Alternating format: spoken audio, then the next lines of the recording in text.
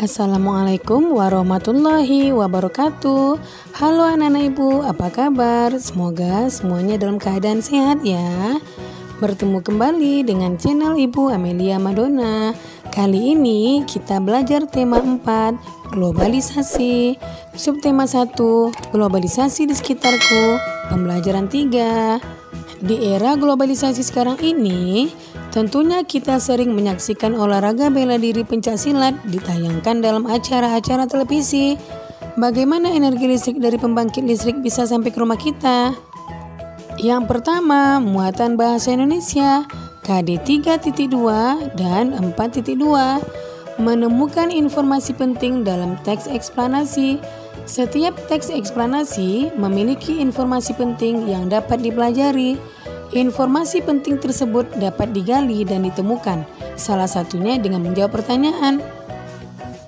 Anak-anak ibu, dengarkan teks berikut. Menyalurkan energi listrik. Bagaimana listrik sampai ke rumahmu? Listrik memiliki peran penting di era globalisasi. Tidak dapat dipungkiri bahwa globalisasi terjadi karena perkembangan teknologi di berbagai bidang, yang didukung oleh peran listrik sebagai sumber energi di dalamnya. Listrik dapat dihasilkan dengan memanfaatkan sumber energi yang tersedia di alam, seperti aliran air sungai atau PLTA, panas bumi atau PLTU, aliran angin atau PLTA, dan sebagainya. Setelah energi listrik dihasilkan di pusat pembangkit, energi listrik tersebut kemudian dinaikkan tegangannya oleh transformator, penaik tegangan hingga 500 kV, baru kemudian disalurkan ke berbagai tempat menggunakan sistem transmisi yang dinamakan saluran udara tegangan ekstra tinggi atau SUTEP, yang menyalurkan energi listrik dari pusat-pusat pembangkit. Setelah melalui SUTEP yang melintasi wilayah pegunungan atau hutan-hutan, energi listrik kemudian masuk ke gardu induk. Di gardu induk, energi listrik diturunkan tegangannya oleh transformator penurun tegangan menjadi tegangan menengah, yaitu 20 kV. Kemudian energi listrik disalurkan ke gardu-gardu distribusi dan diturunkan kembali tegangannya dalam gardu distribusi menjadi tegangan rendah, yaitu 220 volt. Tegangan sebesar ini sudah sesuai dengan kebutuhan rumah tangga. Akhirnya energi listrik disalurkan ke rumah-rumah warga. Dengan adanya listrik, kini masyarakat dapat mengakses informasi yang berasal dari berbagai belahan dunia. Tanpa listrik, tentunya hal tersebut tidak akan bisa terjadi. Lalu, bagaimana dengan daerahmu? Apakah kamu telah merasakan manfaat listrik dalam kehidupan sehari-hari di rumah? Mari kita jawab pertanyaan berikut. Yang pertama, apa saja jenis sumber daya alam yang bisa digunakan untuk membangkitkan energi listrik? Ya, yaitu air, panas bumi, angin, dan sebagainya. Pertanyaan kedua, apa fungsi SUTEP pada sistem transmisi energi listrik? Ya, tentunya mengalirkan energi listrik dari pusat pembangkit bertegangan tinggi menuju ke berbagai tempat. Pertanyaan ketiga, mengapa energi listrik dari pusat pembangkit listrik perlu dinaikkan lalu diturunkan tegangannya sebelum disalurkan ke rumah-rumah? Karena jarak antara pusat pembangkit dengan rumah penduduk sangat jauh. Dengan menaikkan tegangannya, energi listrik tidak kehilangan daya terlalu banyak ketika proses transmisi. Sedangkan penurunan tegangan listrik bertujuan untuk menyesuaikan tegangan yang dibutuhkan oleh alat-alat listrik yang ada pada rumah-rumah. Pertanyaan keempat, bagaimana sistem transmisi tersebut memiliki peran penting di era globalisasi sekarang ini? Saat ini, segala aspek manusia sangat terbantu dengan adanya peralatan-peralatan listrik, sehingga listrik menjadi kebutuhan yang sangat penting. Oleh karena itu, diperlukan sistem transmisi untuk menyalurkan listrik yang dihasilkan oleh pusat pembangkit untuk memenuhi kebutuhan manusia. Anak-anak ibu, mari kita tulis informasi penting dalam setiap paragraf dari teks yang kita baca tadi. Paragraf pertama adalah topik masalah, yaitu peran listrik dalam mendukung terjadinya era globalisasi. Paragraf kedua adalah deret penjelas. Tegangan listrik dari pusat pembangkit dinaikkan oleh transformator hingga 500 kV.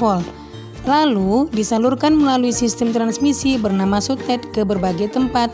Setelah itu, energi listrik akan masuk ke gardu induk untuk diturunkan tegangannya menggunakan transformator menjadi tegangan menengah, yaitu 20 kV. Kemudian energi listrik disalurkan ke gardu distribusi untuk diturunkan lagi menjadi 220 volt. sesuai kebutuhan rumah tangga. Akhirnya, energi listrik disalurkan ke rumah-rumah warga. Kemudian paragraf ketiga yaitu kesimpulan dan pesan atau pendapat pribadi penulis, yaitu kini masyarakat dapat mengakses informasi dari berbagai belahan dunia karena adanya listrik. Yang kedua, muatan IPA KD 3.6 dan 4.6. Pada pembelajaran 1, kita sudah mempelajari bagaimana cara energi listrik dihasilkan di PLTA. Selanjutnya, kita juga harus mengetahui cara energi listrik tersebut dapat disalurkan hingga sampai ke masyarakat. Kamu telah memahami proses penyaluran energi listrik dengan sistem transmisinya. Komponen utama pada proses penyaluran energi listrik adalah sistem transmisi, sistem distribusi, serta transformator penaik dan penurun tegangan. Siapakah penemu sistem transmisi tersebut? Ayo kita baca informasi berikut. Nikola Tesla, seorang berkebangsaan Yugoslavia, adalah penemu sistem pembangkit dan transmisi listrik pada tahun 1895. Sejak kecil, Nikola memiliki rasa ingin tahu yang besar tentang berbagai hal. Ia sangat menyukai matematika dan fisika. Ia pernah bekerja sama dengan Thomas Alva Edison dan merancang 24 jenis dinamo. Setelah Michael Faraday menemukan energi listrik, Nikola mengembangkan penemuan tersebut dengan membangun pembangkit listrik tenaga air atau PLTA pertama di dunia. PLTA tersebut memanfaatkan air terjun Niagara di Amerika. Maka sejak saat itu listrik pun menerangi dunia hingga sekarang. Berkat penemuan Nikola Tesla, kini sebagian besar warga dunia bisa menikmati listrik. Kita harus bersyukur kepada Tuhan yang telah menyediakan beragam sumber daya alam untuk bisa digunakan sebagai pembangkit energi listrik.